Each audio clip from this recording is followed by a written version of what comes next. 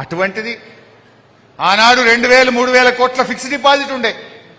2.5 ఏళ్ల కాంగ్రెస్ పాలనలో ఈరోజు సింగరేణి ఓడి 4200 కోట్లకు చేరింది. నేను ఆర్థిక మంత్రిగా ఫైనాన్స్ మినిస్టర్గా పనిచేసిన. మొత్తం తెలంగాణ రాష్ట్రానికి కూడా అప్పుడప్పుడు ఓడి తెచ్చుకుంటాం ప్రభుత్వంగా, రాష్ట్ర ప్రభుత్వం. దానికి రిజర్వ్ బ్యాంక్ ఆఫ్ ఇండియా మన కొంత లిమిట్ పెట్టదు తెలంగాణకు. అప్పుడు నేనున్నప్పుడు 2400 ఉండే, ఇప్పుడు కాంగ్రెస్ వచ్చినాక 3200 అయింది. అంటే మొత్తం రాష్ట్ర ప్రభుత్వానికి ఓడి ఎంత అంటే 3200.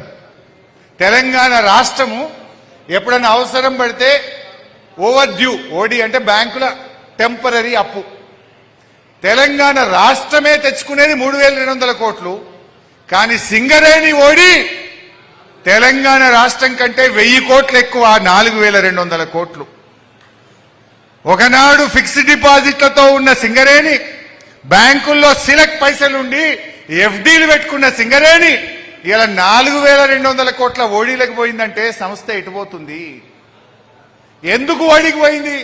అవసరం లేకుండా సోలార్ పవర్ ప్లాంట్లు పెట్టిండ్రు, పీపీఏ లేకుండా జైపూర్ థర్మల్ ప్లాంట్ పెట్టిండ్రు, అవసరం లేకుండా జైసల్మీర్ల పాకిస్తాన్ బార్డర్లో పోయి సోలార్ పవర్ ప్లాంట్లు పెడుతుంటున్నారు, జిలటిన్ స్కిప్ లో స్కామ్ చేసిండ్రు, ఓబీ టెండర్ల విషయంలో స్కామ్ చేసి మీ కమిషన్ల కోసం సింగరేణిని 4200 కోట్ల ఓడీలకు తీసుకుపోయింది. ఇంకా మేం గొప్పగా చేసినామని చెప్తున్నారు వాళ్ళు. అందుకే కార్మిక సోదరులారా మేల్కొనండి, కాంగ్రెస్ కో హటావ్ సింగరేణి కో బచావ్ అనేటువంటి నినాదం ఈరోజు బీఆర్ఎస్ పార్టీ ఇస్తా ఉంది.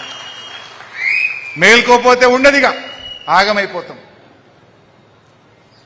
ఇక కారుణ్య నియామకాలు, ఇవాళ ఈ కారుణ్య నియామకాల విషయంలో కేసీఆర్ గారు నిర్ణయం తీసుకొని 19,000 మందికి ఉద్యోగాలు ఇచ్చారు. పాపం కొంతమంది అలియాస్ మారు పేర్లు ఉంటాయి, కొంతమందికి విజిలెన్స్ ఎంక్వైరీ పేరిట కొంతమంది ఆపిండ్రు, కొత్తగా మెడికల్ బోర్డు పెట్టలేరు. ఇవాళ ఎందుకు ఈ రకంగా చేస్తా ఉన్నారు అంటే, ఆ బాబు గారి బాటలో ఈయన పోతాడు. వెనకట బాబు గారు గోల్డెన్ షేక్ హ్యాండ్ ఇచ్చి ఉన్నోళ్ళని తీసేసిండు, డిపెండెంట్ ఉద్యోగాలను బీకేసిండు. ఇలా కేసీఆర్ గారేమో వారం వారం పెట్టిండు, కార్మికులను మానవతా దృక్పథంతో చూసిండు, కార్మికులను కాపాడుకోవాలని కేసీఆర్ గారు చూసిండ్రు. వీళ్ళు వచ్చినాక ఆ మెడికల్ బోర్డు జరుగుతలేదు. ఎప్పుడన్నా ఏడాదికి ఒక్కసారి అయితే పోంగని అంత ఫిట్ టు ఫిట్ అని ఎలగొడుతున్నారు. ఇప్పటికైనా మేము డిమాండ్ చేస్తా ఉన్నాం, మీరు కాంగ్రెస్ పార్టీ ఎలక్షన్ మేనిఫెస్టోలో ఇక్కడే ఉంటుంది శ్రీధర్ బాబు, ఆయనే రాసిండు మేనిఫెస్టో. శ్రీధర్ బాబు, నువ్వు కూడా కార్మికుల ఓట్లతోనే గెలిచినావు, నువ్వు మేనిఫెస్టోలో రాసినావు డిపెండెంట్ ఉద్యోగాలు ఇస్తా అని మాట ఇచ్చినావు. వెంటనే డిపెండెంట్ ఉద్యోగాలు ఇస్తాం, వారం వారం మెడికల్ బోర్డు పెడతాం, ఇండ్లకు పట్టాలు ఇస్తాం అని శానా రాసినావు కదా. ఒక్కటన్నా చేసినావా శ్రీధర్ బాబు గారు? ఒక్కటన్నా ఇచ్చిన వారు అడుగుతున్నా. నీ మేనిఫెస్టోలో సింగరేణి కార్మికులకు ఇచ్చిన ఏ ఒక్క హామీ అయినా ఈ కాంగ్రెస్ అమలు చేసిందా అని నేను అడుగుతా ఉన్నా కార్మికుల పక్షాన. ఇప్పటికైనా మేల్కో, ఇప్పటికైనా కళ్ళు తెరువు. పెండింగ్ లో పెట్టినటువంటి వీటీసీ నియామక పత్రాలను వెంటనే ఇవ్వాలని డిమాండ్ చేస్తా ఉన్నాం. వెంటనే మెడికల్ బోర్డు నిర్వహించి కార్మికుల కుటుంబ సభ్యులకు కారుణ్య నియామకాలు చేపట్టాలని కూడా ఈరోజు మేము డిమాండ్ చేస్తా ఉన్నాం.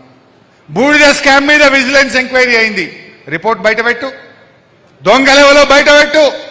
ఎందుకు విజిలెన్స్ రిపోర్ట్ బూడిద స్కామ్ బయట పెట్టలేవు అని నేను అడుగుతా ఉన్నా. అదేవిధంగా ఏప్రిల్లో ఆడిట్ కమిటీ రిపోర్ట్ ఇచ్చింది, ఎక్కడెక్కడ ఫిజికల్ గా ఎంత స్టాక్ ఉందో ఏప్రిల్లో ఆడిట్ కమిటీ ఇచ్చిన రిపోర్ట్ బయట పెట్టాలని చెప్పి కూడా ఈరోజు నేను డిమాండ్ చేస్తా ఉన్నా. నువ్వేమంటున్నావు? 40 లక్షలు కాదు 26 లక్షలు ఉందన్నావు. మరి ఏప్రిల్లో ఆడిట్ కమిటీ రిపోర్ట్ ఉంటుంది కదా, వాళ్ళు ఫిజికల్ ఫీల్డ్ విజిట్ చేసి ఏప్రిల్లో ఇచ్చిన ఆడిట్ కమిటీ రిపోర్టును యథావిధిగా బయట పెట్టండి, దొంగలు ఎవరో తేలిపోతుంది. బయట పెట్టు, ఎందుకు పెట్టలేవు? ఈ రకంగా అనేక విషయాలు జరుగుతూ ఉన్నాయి.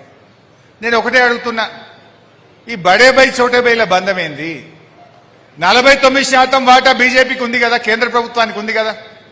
మరి కిషన్ రెడ్డి గారే బొగ్గు మంత్రిగా ఉన్నాడు కదా, మరి కిషన్ రెడ్డి గారు ఎందుకు చర్య తీసుకుంటలేడు?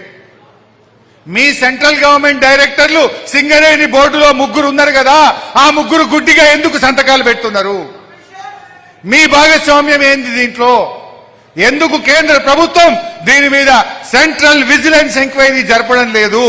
ఎందుకు సిబిఐ విచారణ జరపడం లేదు?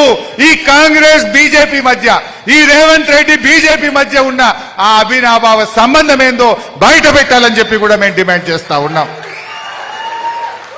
కిషన్ రెడ్డి గారు, మీకు రేవంత్ రెడ్డితో సంబంధం లేకపోతే దీని మీద విచారణకు ఆదేశించండి. అన్ని ఆధారాలు ఇవ్వడానికి మేము సిద్ధంగా ఉన్నాం.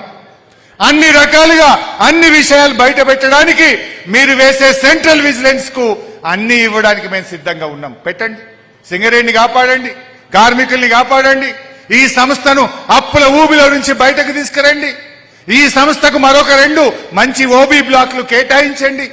మీరే బొగ్గు మంత్రి కదా, మీ చేతిలోనే ఉంది కదా, ఇంకో 2 మంచి ఓబీలు ఇవ్వండి, మంచి 2 బొగ్గుబాయిలు ఇవ్వండి పెద్దయి, కోల్ బ్లాక్స్ 2 అలాట్ చేయండి పెద్దయి.